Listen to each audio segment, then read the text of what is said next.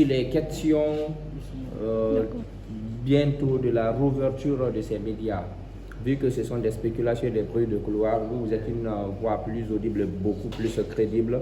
Qu'est-ce que le SPPG peut nous dire par rapport à ça? Est-ce que c'est d'actualité? À quand s'attendre à la rouverture de ces médias? D'abord, à la question des cabas, comme on vous l'a dit, on n'a jamais abandonné la lutte pour les médias fermés. Nous continuons. Nous faisons beaucoup de choses. Beaucoup de choses ne peuvent pas être dites sur la place publique. Et puisqu'on n'a pas encore une déclaration venue des autorités, considérons que nous poursuivons les démarches. Dans tous les cas, nous avons grand espoir que les médias seront fermés parce que ils seront rétablis, pardon. Parce que nous avons tellement fait de la pédagogie, accompagné des actions, si fait que beaucoup ont commencé à comprendre la nécessité de rétablir ces médias au sein du gouvernement, au niveau du CNRD. C'est vrai qu'il y a quand même quelques voix, je ne dirais pas dissonantes, mais il y a des personnes qui sont encore hésitantes. Mais la majorité commence à comprendre qu'il faut libérer les médias parce que ce n'est en faveur de personne.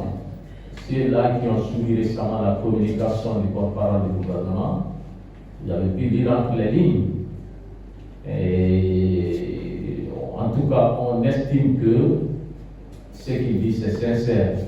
Et si tel est le cas, c'est là de dire qu'il y a eu un grand changement. Parce que vous savez qu'il fait partie de ceux-là qui ne voulaient pas aborder ces dossiers de façon, je dirais, de façon diplomatique ou quoi. Mais je crois que vous avez vu l'intégralité de son discours quand il a organisé un déjeuner de presse.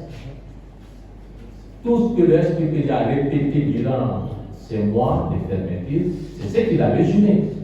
Donc lui-même il dit que les médias sont importants quand les journalistes travaillent, que leur critique peut les aider à bien améliorer leur gouvernance. Donc, pour ceux-là qui pensent qu'on a abandonné la liste, ça résume un peu votre question. C'est grâce à notre communication, à tout moment, la pédagogie qu'on fait, que des gens comme le porte-parole du gouvernement, qui était parmi les radicaux, commencent à comprendre que oui, les médias ont une importance dans un pays. Donc, ça, c'est déjà un pas.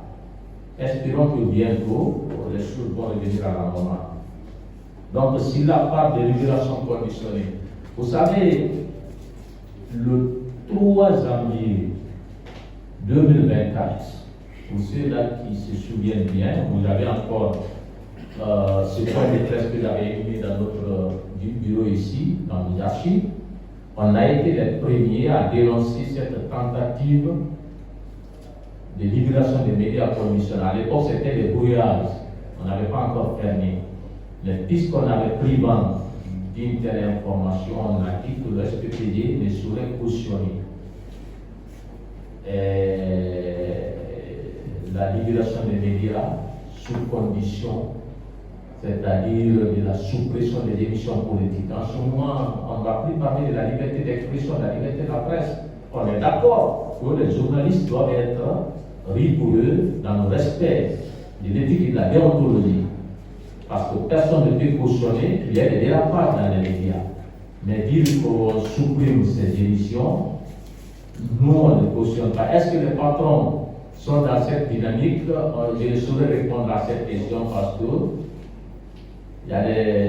ils ont leur bloc, nous avons notre bloc, le bloc des travailleurs que nous représentons. Nous, notre philosophie est que les médias doivent exercer librement, mais en toute responsabilité. Là, on insiste là-dessus. Ce n'est pas parce que nous nous battons pour la liberté de la presse, d'expression, qu'on va cautionner quand même des dérapages. En ce moment, on ne serait pas responsable dans nos démarches. Voilà. Oui, les questions, c'est bon.